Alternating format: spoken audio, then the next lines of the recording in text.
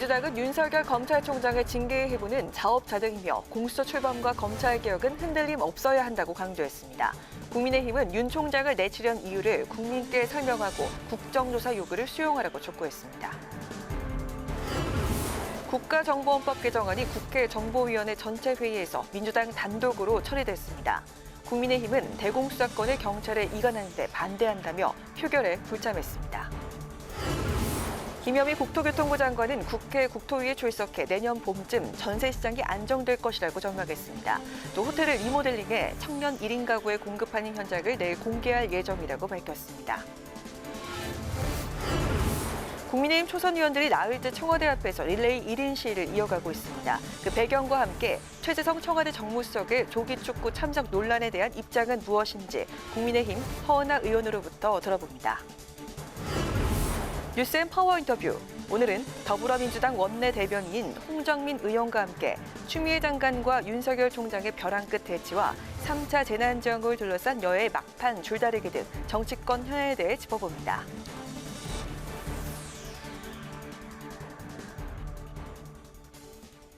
안녕하십니까. 11월 30일 의정 종합뉴스 뉴스엔 시작합니다.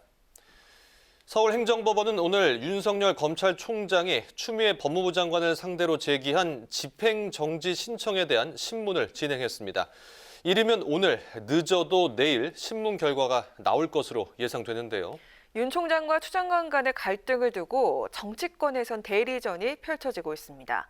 민주당은 판사 사찰은 위법이라며 윤 총장의 사퇴를 촉구했고, 국민의힘은 정부 여당이 윤 총장을 내쫓기 위해 검찰과 법원을 분열시키고 있다고 비판했습니다. 홍예진 기자입니다.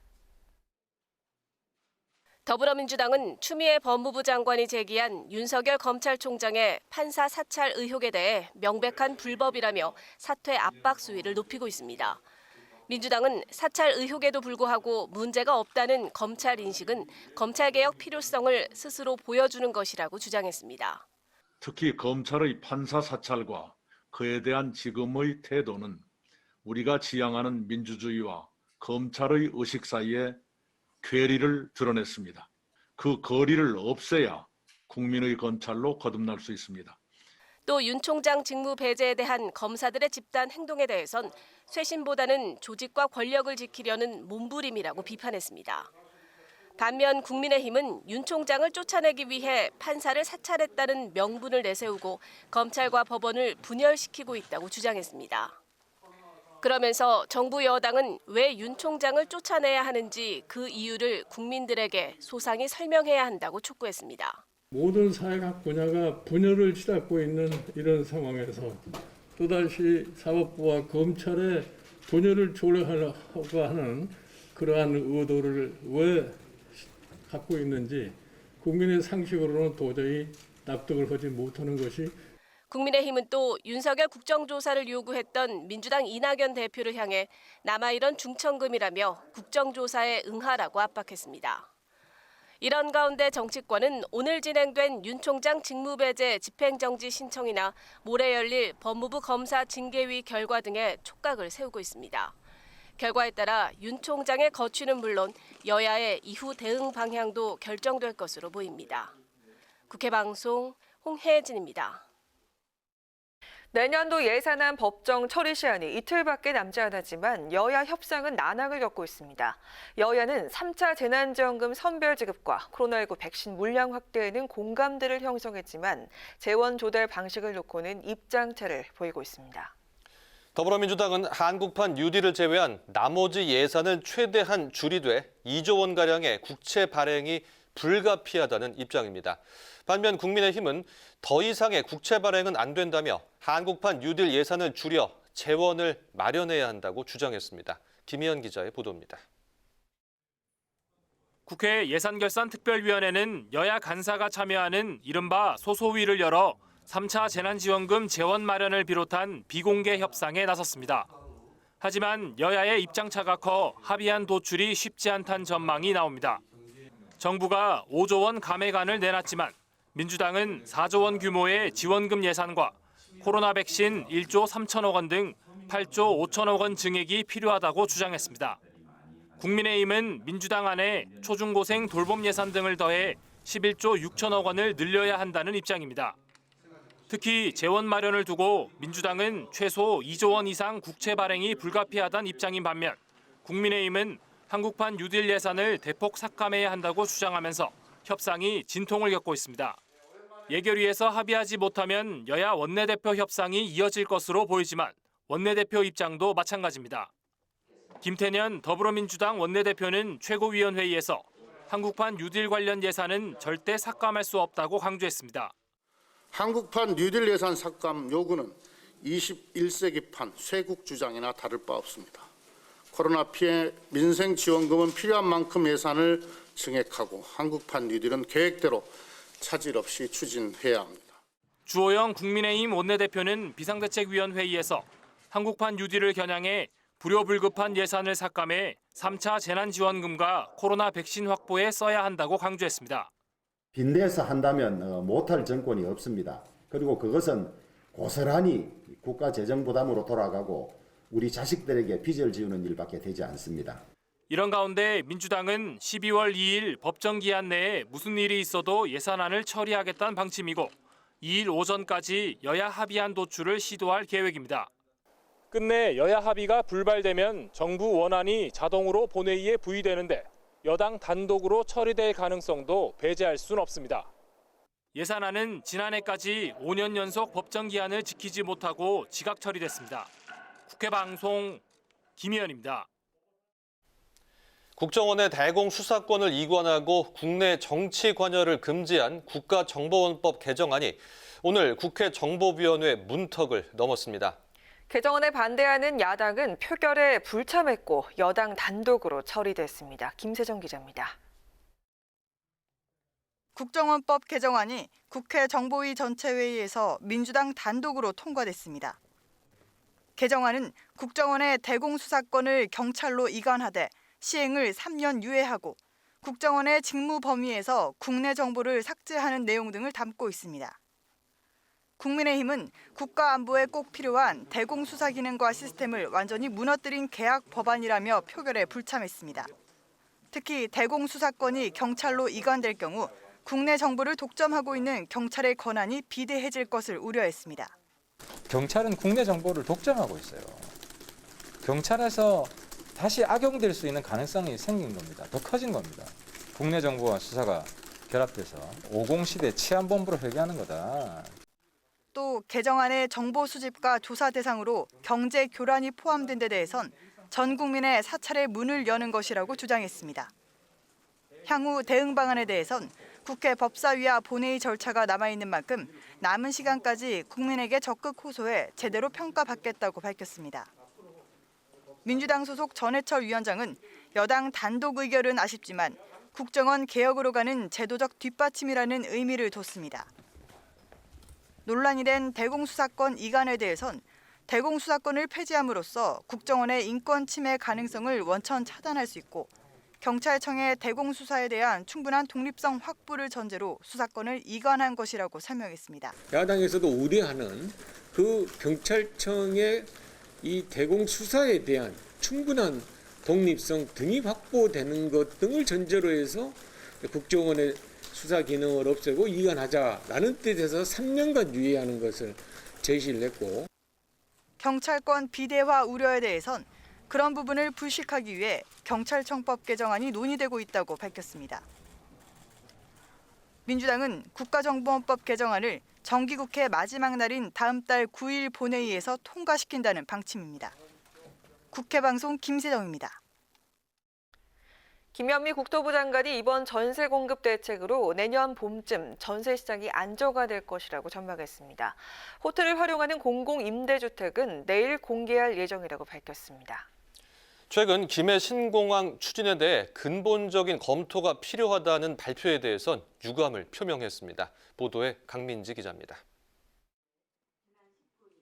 김현미 국토부 장관은 빌라나 다세대 주택을 중심으로 임대주택 공급을 늘리겠다며 이를 통해 내년 봄쯤 전세 시장이 안정될 것이라고 내다봤습니다. 지금 전세난엔 아파트 공급이 필요한 것이라는 지적이 나오자 아파트는 공사 기간이 오래 걸려 당장은 공급하기 어렵다는 한계를 강조했습니다. 아파트가 빵이라면 제가 밤을 새워서라도 만들겠습니다. 그러나 제가 다 얘는 알고 절대적인 공기가 네. 필요하기 때문에 예. 지금 와서 아파트 물량이 부족하다고 아무리 정부에 대해서 말씀을 하셔도 정부는 호텔 리모델링형 공공임대주택은 내일 공개할 예정이라고 밝혔습니다. 호텔 거지를 양산하는 대책이라는 야당의 비판이 제기되자 보증금 100만 원에 월세 25만 원 수준으로 청년에게 힘이 되는 주택이 될 것이라고 반박했습니다. 아까 호텔 거지라고 말씀을 하셨는데 호텔을 리모델링해서 1인용 청년 1인 가구에게 전월세를 주는 현장에 가보신 적이 있으십니까? 한번 가보시면 우리 청년들에게 굉장히 힘이 되는 주택을 정부가 공급하고 있다는 걸 확인하실 수 있을 것이라 생각합니다. 이와 함께 물량은 1000세대 정도가 공급될 예정이며 공유주방 등 커뮤니티가 형성돼 있어 1인 청년 가구들에게 좋은 주거 환경을 갖추고 있다고 설명했습니다. 김해신공항 검증 결과와 관련해선 담당 부처로서 최선을 다했지만 유감스럽다는 입장을 밝혔습니다. 책임을 피하고 싶은 생각은 없다면서 후속 조치를 검토하고 있다고 답했습니다. 이 밖에 종합부동산세를 두고 여당은 주택가치에 비례한 합당한 세금이라고 주장했고 야당은 징벌적 세금 폭탄이라며 이견을 보였습니다. 합당한 세금을 부과하겠다, 사회에 그렇게 기여하겠다라고 하는 자세를 보여주는 것이 노블리스 오블리제 정신에 맞는 것 아닙니까? 모든 세제는요 합리적이고 공감할 수 있도록 해야 됩니다. 징벌적으로 정말 그렇게 무슨 벌금 토하듯이 하시면 안 된다는 거예요. 세금 내는 분들을 명예롭게 당당하게 기분 좋게 낼 수 있게 하세요. 국회 방송 강민지입니다.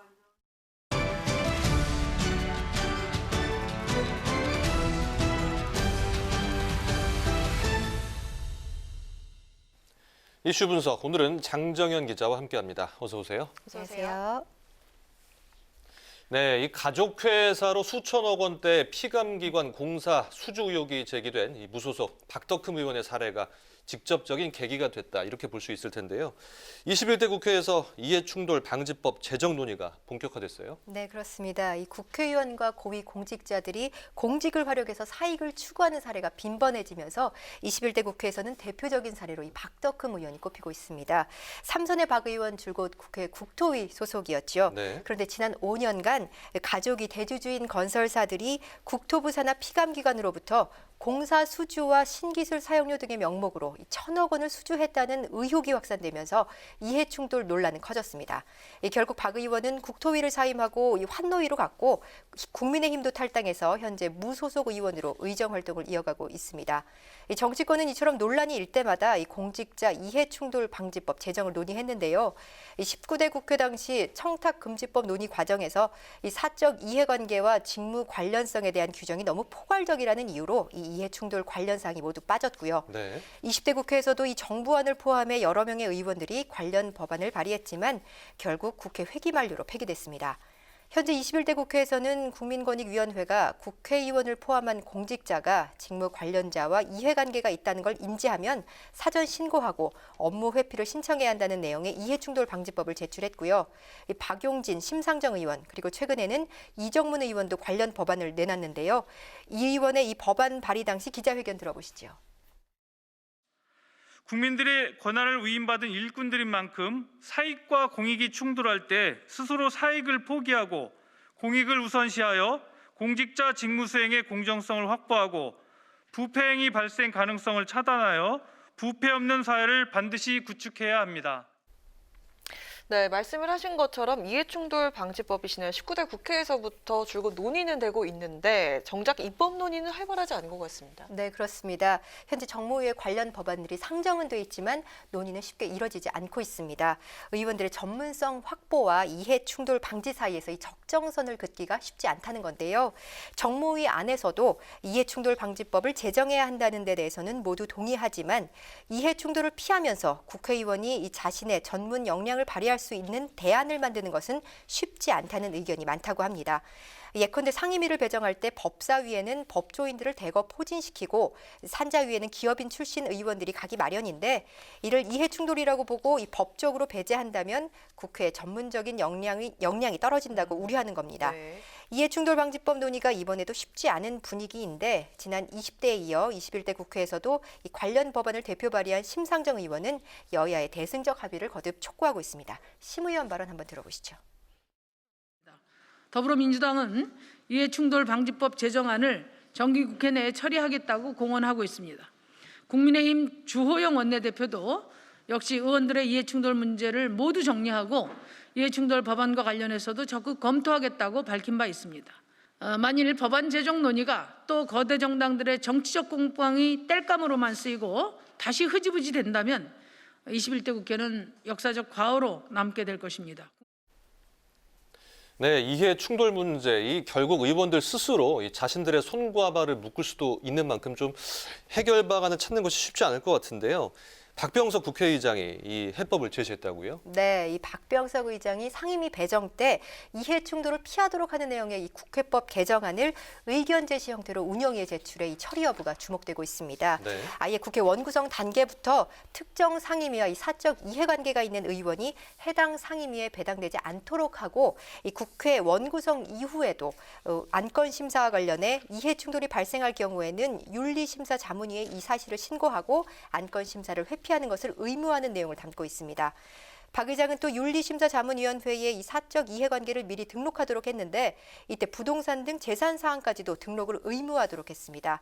이 부분은 사실상 이 다주택자 의원들이 기재위나 국토위에서 활동할 수 없게 만드는 근거라는 해석이 나오고 있는데요. 이 박 의장은 오얏나무 아래서 각근을 고쳐 매지 말라는 말이 실천될 수 있도록 의미 있는 제도 개선을 이뤄냈다고 강조했는데요. 이해충돌방지법의 입법 결과 끝까지 지켜봐야 할 것 같습니다. 네, 잘 들었습니다. 네. 이슈 분석 장정현 기자 수고했습니다. 수고했습니다. 국회 법사위 회의는 지난주 공청회에 이어 오늘 법안 심사 자리에도 국민의힘이 불참하면서 원활하게 진행되지 못했습니다. 국민의힘은 윤호중 법사위원장의 사과가 먼저라고 요구하며 징계안도 제출했습니다. 윤호중 위원장은 국민의힘 의원들이 불참한 데 대해서 유감스럽다고 밝혔습니다. 보도에 임채원 기자입니다. 법제사법위원회 법안 심사도 국민의힘 의원들이 불참한 반쪽 자리로 진행됐습니다. 회의에 앞서 국민의힘 의원들은 기자회견을 열고 야당 간사 교체 요구와 찌라시 발언에 대한 윤호중 법사위원장의 공식 사과를 촉구했습니다. 또 윤 위원장이 의사일정과 안건을 마음대로 정해 법사위 회의 일정을 일방적으로 통보했다고 주장했습니다. 국민의힘은 윤 위원장에 대한 징계안도 제출했습니다.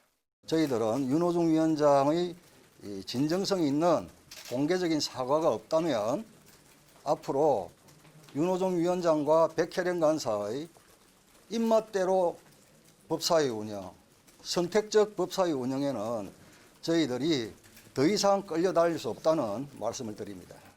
윤호중 법사위원장은 국민의힘 의원들이 회의에 참석하지 않은 데 대해 유감이라고 밝혔습니다. 의사일정을 사전에 고지했고 여당 간사인 민주당 백혜련 의원이 의사일정을 협의하려 했으나 국민의힘이 끝까지 만나주지 않았다고 지적했습니다. 충분히 오늘 회의에 야당 의원님들이 참여하실 수 있는 그런 조건임에도 불구하고 이렇게 한 분도 참석을 하지 않은 데 대해서 대단히 유감스럽다는 말씀을 드리겠습니다. 회의에서는 이른바 BTS 법이라고 불리는 병역법 개정안 등 50여 건의 법안이 처리됐습니다. 병역법 개정안은 대중문화예술 우수자로 국양 선양에 기여했다고 인정받는 사람이 군 징집과 소집을 만 30세까지 미룰 수 있도록 하는 내용입니다. 이런 가운데 법사위의 최대 쟁점인 공수처법 개정안 처리 여부도 주목되고 있습니다. 민주당이 이번 정기국회 처리 방침을 거듭 밝히고 있지만 국민의힘이 법사위 소위에 불참하며 강하게 반대하고 있어서 충돌이 불가피해 보입니다. 국회 방송 임천입니다. 더불어민주당은 수능을 사흘 앞두고 코로나 확산 방지를 위한 철저한 방역을 당부했습니다. 김태년 원내대표는 오늘 최고위원회의에서 코로나19 확진이나 격리로 인해 수험생이 시험을 보지 못하는 일이 없도록 철저한 점검과 대비책을 주문했습니다. 또 국민들도 이번 주 수험생 가족의 심정으로 잠시 일정을 멈추고 정부 방역 조치에 적극 동참해 줄 것을 호소했습니다. 국민의힘은 내년 서울과 부산시장 보궐선거를 앞두고 오늘 공약 개발단을 출범시켰습니다. 개발단은 지역 특성에 맞는 맞춤형 공약 개발에 주력할 방침인 가운데 부동산 안정화 대책을 중점적으로 다룰 예정입니다. 또 성범죄와 권력형 비리 재발 방지를 위한 특단의 대책도 마련하겠다고 밝혔습니다. 박병석 국회의장은 내년도 세입 예산안 부수법안 15건을 지정해 소관 상임위원회에 통보했습니다. 예산안 부수법안에는 소득세 과세표준 10억 원 초과 구간을 신설하고 소득세율 45%를 부과하는 소득세법 개정안 등이 지정됐습니다. 국회법에 따르면 소관 상임위는 오늘까지 예산 부수법안 심사를 마쳐야 하고 기한 내 심사가 끝나지 않으면 예산 부수법안은 내일 예산안과 함께 본회의에 자동 부의됩니다. 국회는 다음 달 17일 화상으로 믹타 국회의장 회의를 개최합니다. 이번 회의는 팬데믹 시대 복합 도전과 의회 리더십을 의제로 열리며 국회 방송과 유튜브 채널을 통해 생중계될 예정입니다. 박병석 국회의장은 이번 회의가 팬데믹 시대에 대응하기 위한 실질적 의견 교환의 장이 되길 바란다고 밝혔습니다. 믹타는 지난 2013년 우리나라가 주도해 결성한 중견국 협의체로 멕시코, 인도네시아, 터키, 호주가 회원국으로 참여하고 있습니다.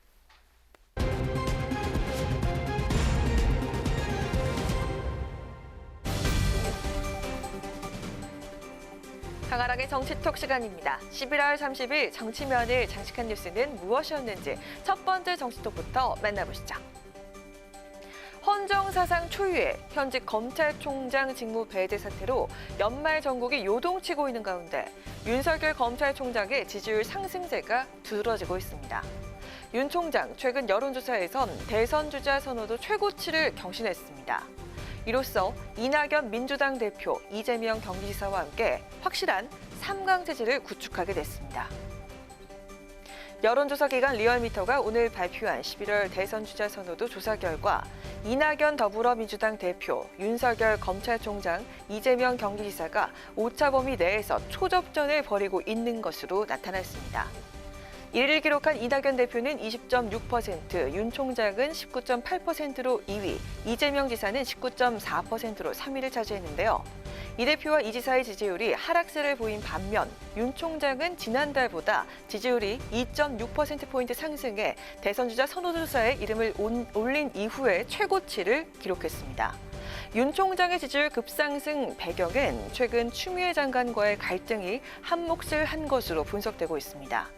리얼미터 관계자는 추 장관의 직무 배제 조치가 주요하게 작용한 것으로 보인다며 윤 총장이 현재 정권과 가장 명확한 대척점에서 반문 정서를 상징하고 있는 버팀목 역할을 하고 있는 것으로 보인다고 설명했습니다. 한편 추미애 법무부 장관은 대선 주자 선호도 3.1%를 기록하며 차기 대선 주자 선호도 7위를 기록했습니다. 윤 총장과 추미애 장관 간의 갈등이 깊어질수록 윤 총장에 대한 선호도는 점점 더 높아지고 있습니다. 기존의 보수 진영은 물론 중도층의 지지까지 흡수하고 있는 윤석열 신드롬. 이 현상은 과연 언제까지 이어질까요? 이어서 오늘의 두 번째 정치톡입니다. 코로나19 3차 대유행을 막기 위해 수도권의 사회적 거리 두기가 2단계로 격상되면서 청와대도 전 직원을 대상으로 모임, 행사, 회식, 회의 등을 취소 또는 연기하라는 지침을 내렸습니다. 이런 가운데 최재성 청와대 정무수석이 지난 주말에 한 조기 축구회에 참석한 사실이 알려져서 논란이 일고 있습니다. 최 정무수석, 휴일인 29일 서울 송파구 한 학교에서 열린 조기 축구회에 참석해 직접 경기를 뛴 것으로 알려졌습니다. 사회적 거리두기 강화에 맞춰서 청와대가 방역 지침을 내린 상황에서 대통령 참모가 지역단체 모임에 간 것은 부적절했다는 지적이 나오고 있습니다. 특히 최 수석은 지난 27일 코로나19 방역을 이유로 국민의힘 초선 의원들과의 만남을 거절한 바 있어서 야당으로부터 거센 비판을 받고 있습니다. 국민의힘 초선 의원들은 야당 의원들을 바이러스 취급한 최재성 수석이 자신이 낙선한 지역구 조기축구 모임에 참석해서 경기까지 뛰었다며 야당 의원들과의 소통을 한낱 조기축구 회동보다 못하게 여기고 있다고 비판했습니다. 한편 최 수석이 소속된 지역의 축구회는 오늘 이번 논란에 대해서 입장문을 냈습니다. 경기 도중에 선수 모두가 마스크를 썼고 쉴 때도 사회적 거리 두기를 하고 마친 후에는 식사도 하지 않고 집으로 돌아갔다고 밝혔습니다. 이어 청와대도 최 수석은 모든 방역 지침을 준수하고 경기에 참여했다고 적극 해명했습니다. 조기축구 참석 논란이 커지자 최 수석 이를 의식한 듯 오늘 청와대 앞에서 시위하는 국민의힘 의원들을 만났다고 합니다. 물론 서로의 입장차만 확인한 채 다시 만나자라는 말을 끝으로 면담은 15분 만에 종료됐다고 하는데요. 청와대와 야당 의원들 간의 소통 앞으로도 계속될지 지켜봐야겠습니다. 이상 지금까지 강아랑의 접시속이었습니다.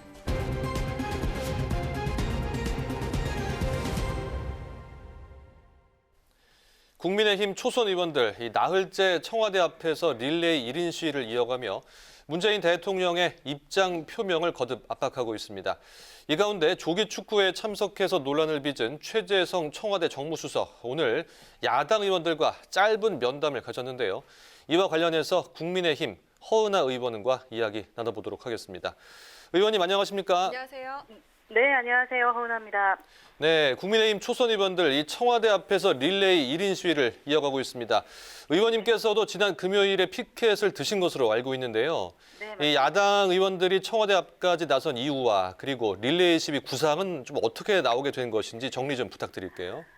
네, 이번 릴레이 시위는 사실 시위를 위한 시위가 아니었습니다. 국민의 염원이 담긴 서신을 그 청와대로 전달하려고 저희 초선들이 갔었던 거고요. 네. 그 청와대와 1시간 전에 미리 말씀을 드렸고 다만 이제 나오시지 않았던 것이고요. 그 코로나 방역을 핑계로 그 야당 의원들을 바이러스 취급을 하면서 7시간 넘게 그 놓았던 일입니다.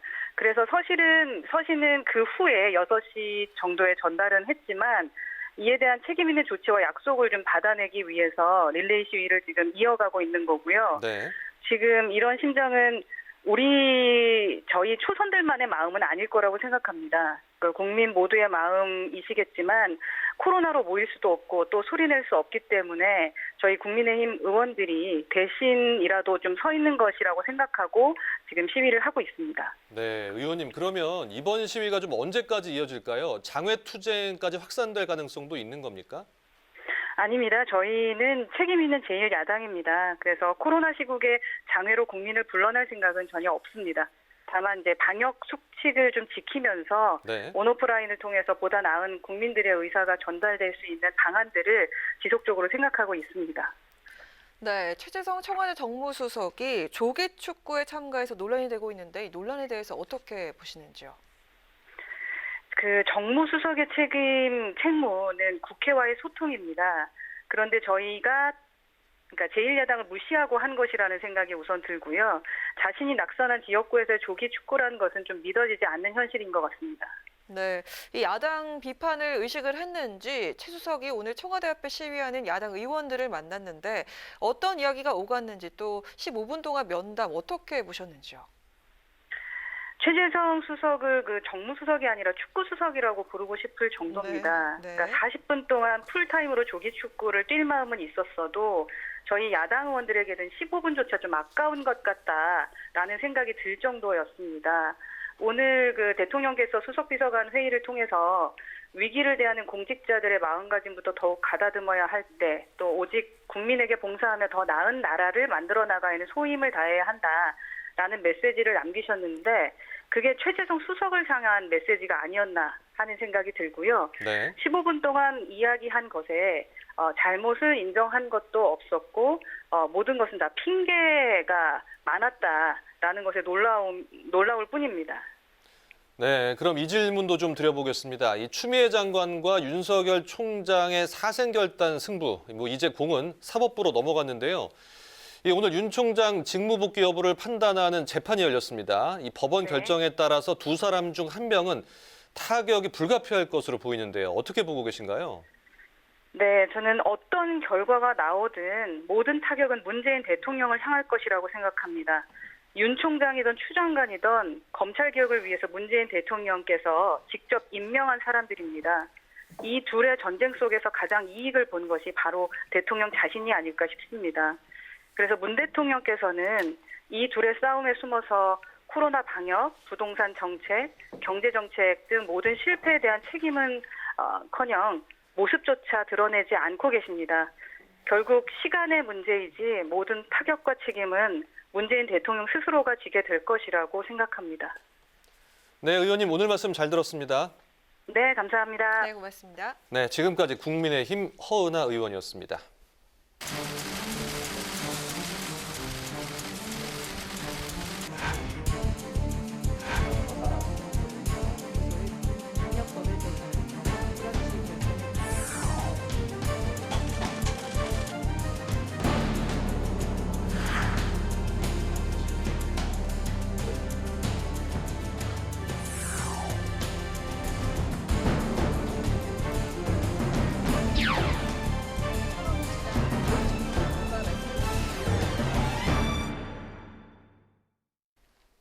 네, 이번 시간은 뉴스앤 파워 인터뷰 코너입니다. 윤석열 검찰총장의 거취를 좌우할 운명의 한 주가 시작된 가운데 여야의 대리전도 한껏 격화되고 있습니다. 급속도로 냉각된 전국 속 3차 재난지원금이 돌발 변수로 떠오르면서 정치권의 논의가 불붙고 있는데요. 관련 내용 오늘은 더불어민주당 홍정민 원내 대변인과 함께 이야기 나눠보도록 하겠습니다. 의원님 어서 오십시오. 어서 오세요. 안녕하세요. 홍정민입니다. 네, 반갑습니다. 먼저 현안부터 짚어보도록 하겠습니다. 이 전두환 씨의 사자 명예훼손 재판 1심 선고가 오늘 내려졌습니다. 이 자국민을 향한 군의 헬기 사격이 있었는지 이 부분이 상당히 쟁점이 됐는데요. 오늘 1심 결과 어떻게 보셨습니까? 예, 오늘 그 전두환 씨에 대한 결과가 일단은 유죄로 나왔죠. 네. 그런데 이제 형량 자체에 대해서는 그 8개월의 집행유예 2년이라고 해서 국민 눈높이에는 맞지 않은 좀 가벼운 형량이라고 보여집니다. 다만 그래도 다행인 것은 그 아까 말씀하신 헬기 사격에 대해서 재판부 역시 사실임을 인정하고 네. 이 부분에 대해서 전두환 씨가 미필적으로나마 당연히 알고 있었다 이렇게 판단해 준 부분에 대해서는 긍정적이라고 판단합니다. 예. 네. 네, 추미애 법무부 장관이 윤석열 검찰총장 직무 배제, 초강수를 두면서 정말 후폭풍이 거센 상황인데요. 이 재판 결과에 따라서 이 추 장관이나 윤 총장이냐 이 승부가 갈릴 예정인데 법원이 앞으로 어떤 판단을 내릴 거라고 전망을 하시는지요? 예, 법원의 판단이 어떤지에 앞서 제 생각에는 이 부분이 그 승부를 가릴 만한 그런 재판은 아니고 직무집행을 배제했는데 수요일에 또 징계위원회가 열리잖아요. 네. 그러니까 수요일까지 이틀 동안 직무를 더 할 수 있느냐 없느냐 요 정도 가리는 재판이라서 그렇게까지 큰 의미를 둘 수 있을지는 잘 모르겠습니다. 네, 그렇군요. 그 예전에 이해찬 대표 시절에는 이 윤 총장에 대한 좀 얘기가 많이 안 나왔었잖아요. 그런데 지금 이 윤 총장을 거세게 지금 압박을 하고 있습니다. 이렇게 좀 그 바뀐 이유가 어디에 있을까요? 아마 지난주에 이 판사들에 대한 불법 사찰 이 부분이 좀 크게 부각이 된 것 같고요. 네. 이거는 일반 국민 입장에서 봐도 그리고 이 사법부의 독립적인 기능에 있어서 봐도 굉장히 불법적인 행위로밖에 이해가 안 됩니다. 그래서 이 부분에 대해서 불법이 좀 명확하게 드러났기 때문에 네. 좀 더 강한 책임을 총장으로서 물어야 되지 않나 이런 생각이 듭니다. 네, 판사 사찰을 지금 큰 이유로 들어주셨는데요. 그 이낙연 대표가 그 청와대와 좀 교감 아래 좀 이렇게 행동을 했다 이런 해석도 지금 많이 나오고 있는데요. 이 부분은 어떻습니까? 그런 부분에 대해서는 좀 저는 듣지는 못했고요. 네. 아무래도 불법이 크고 총장이라는 책임을 지고 있어서 좀 심각하게 봐야 되지 않나 이런 생각이 들어요. 네. 네, 국민의힘 초선 의원들이 대통령의 책임론을 부각하면서 청와대 앞에서 릴레이 시위를 이어가고 있는 상황입니다. 추미애 장관과 윤석열 검찰총장 갈등에 침묵을 하고 있는 문재인 대통령에게 청와대 불통이 적나라하게 보이고 있다면서 입장을 밝히라고 요구하는 그런 상황인데요. 이 부분에 대해서 어떻게 보시는지요? 사실 야당에서 그 추미애 장관과 윤석열 총장 간의 갈등을 더 부추긴 측면도 있는 것 같고요. 네. 그런 야당으로서 정쟁을 할 수는 있으나 제가 봤을 때 가장 큰 책임은 공수처 출범을 이렇게 지연시켰다, 시간 끌기에서 아예 뭐 못하겠다 이 부분에 있다고 저는 봅니다. 공수처가 정상적으로 7월에 출범했다면 지금 이런 뭐 불법 사찰 문제 같은 경우는 논란이 되지 않았을 거고 네. 검찰 개혁이나 아니면 이런 지금 검찰의 이런 부분에 대해서도 상당히 이렇게 좀 입장이 정리가 돼서 이런 갈등까지는 안 왔을 것이다. 그래서 야당이 오히려 정치적 책임을 져야 되는 상황에서 이렇게 좀 억지를 부리는 것 같은 이런 생각이 듭니다. 네, 대통령이 좀 입장을 밝혀라 지금 이렇게 압박은 계속 하고 있는데 그러면 대통령이 뭐 입장을 밝히거나 이럴 확률은 뭐 거의 없다고 보시는 건가요? 지금 상황에서는 굳이 꼭 그게 중요한 문제는 아닌 것 같습니다. 네. 그 여야가 윤 총장의 이 국회 출석을 놓고도 파열음을 내고 있습니다. 뭐 지난주 법사위 보셨겠지만 법사위 뭐 출석을 한다는 얘기가 있었는데 여야 간 간사가 합의가 좀 안 됐었고 이런 문제들이 불거졌는데요. 윤 총장이 이 국회 마이크 앞에 서는 것에 대한 좀 여당의 입장은 어떻습니까?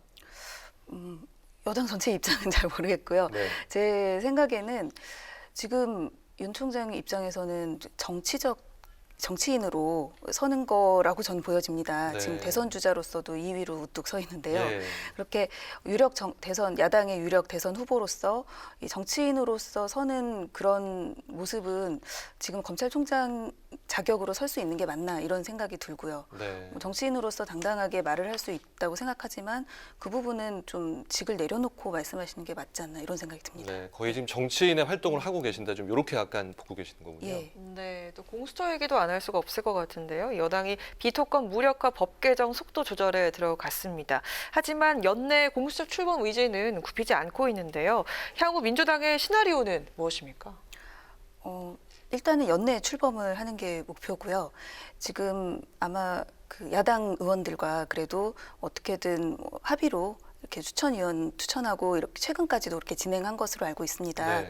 그런데 만약에 좀 야당이 이렇게 비토권을 그 공수처 출범을 정상적으로 진행하기 위한 가장 합리적이고 좋은 사람을 뽑기 위한 용도로 비토권을 쓰는 것이 아니라 공수처 출범을 막기 위한 용도로, 그러니까 무작정 그냥 반대하기 위한 용도로 비토권을 쓴다면 이건 법 자체에 문제가 있는 것이라서 그 헌법상의 가장 높은 그 가중치를 둔 3분의 2 이상 정도로 해서 비토권을 사용할 수 있게 이런 식으로 개정하는 것이 맞지 않나 이런 생각이 듭니다. 네, 이 야당이 계속해서 국회 보이콧에 나서게 된다면 공수처 연내 출범을 위해서 단독으로 처리할 가능성은 얼마나 됩니까?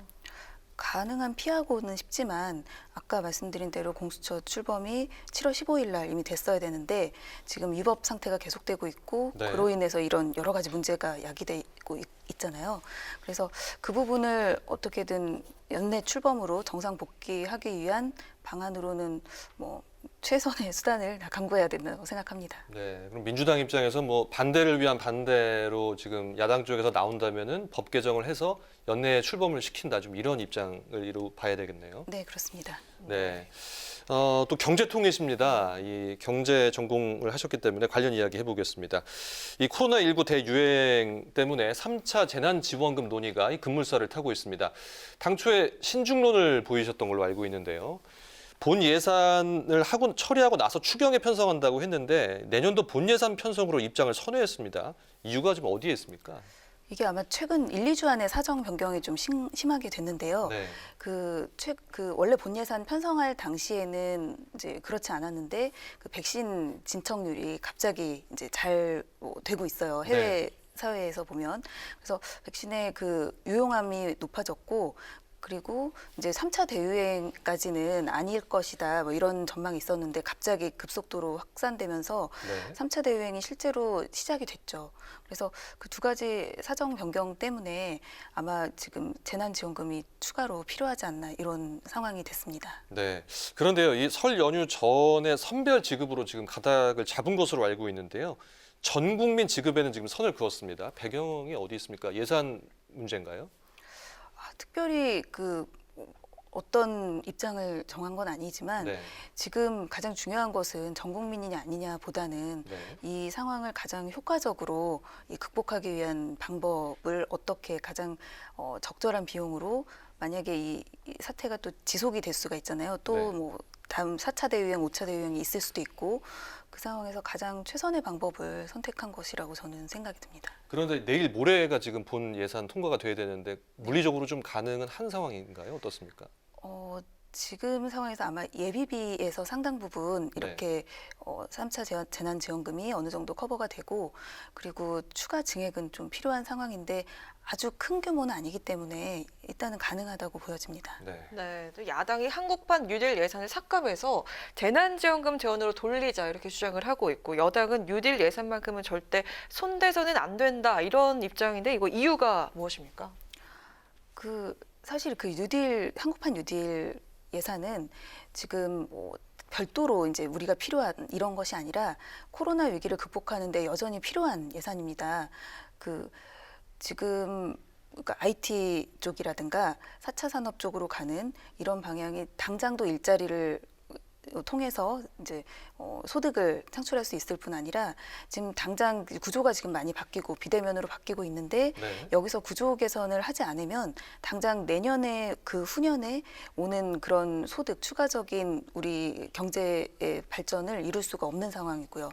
이를 위한 그 예산을 깎자는 것은 당장 뭐 종잣돈을 다 그냥 오늘 다 써버리자 이런 뜻으로 저는 받아들여지고요. 그럼 이제 다음 주제로 넘어가 보겠습니다. 이 구글이 신규 앱에 대한 결제 수수료 30% 부과를 연기하기로 했습니다. 이것이 내년 1월이었는데 9월로 연기가 됐더라고요. 뭐 과방위 소속이시니까 더 관심이 많으실 것 같은데요. 수수료 강제 반대 목소리를 내셨고요. 그 인앱 결제 금지법 지금 법안 통과가 논의되는 것으로 알고 있는데요. 지금 순조롭게 이루어지고 있는 상황인가요? 지금 법안 소위에서 논의가 되는 단계에서 이제 멈춘 상태인데요. 이게 원래는 1월 20일에 이제 신규 앱에 대해서는 강제가 될 걸 예상해서 어떻게든 좀 통과시켜 보자라고 이제 급박하게 하고 있었는데 다행히 우리나라에서 이제 너무 강하게 나오니까 구글이 좀 이례적으로 이렇게 9월로 연기를 했죠. 그래 연기한 거는 다행이나 왜냐하면은 이제 소급 적용 문제가 없어지는 상황이기 때문에요. 다만 지금 그걸 연기됐다고 해서 법안 통과에 이제 박차를 가하지 않으면 안 되는 뭐 이런 상황인데요. 그래서 저희 이제 민주당에서는 지금 뭐 더 늦추지 않고 최대한 같이 이제 야당 의원님들도 3분이나 다 발의를 하셨기 때문에 좀 같이 합의를 해서 이 법안을 반드시 통과시킬 계획입니다. 여야 의원들께서 좀 어느 정도 공감대가 형성돼 있으신 그런 사안인가요?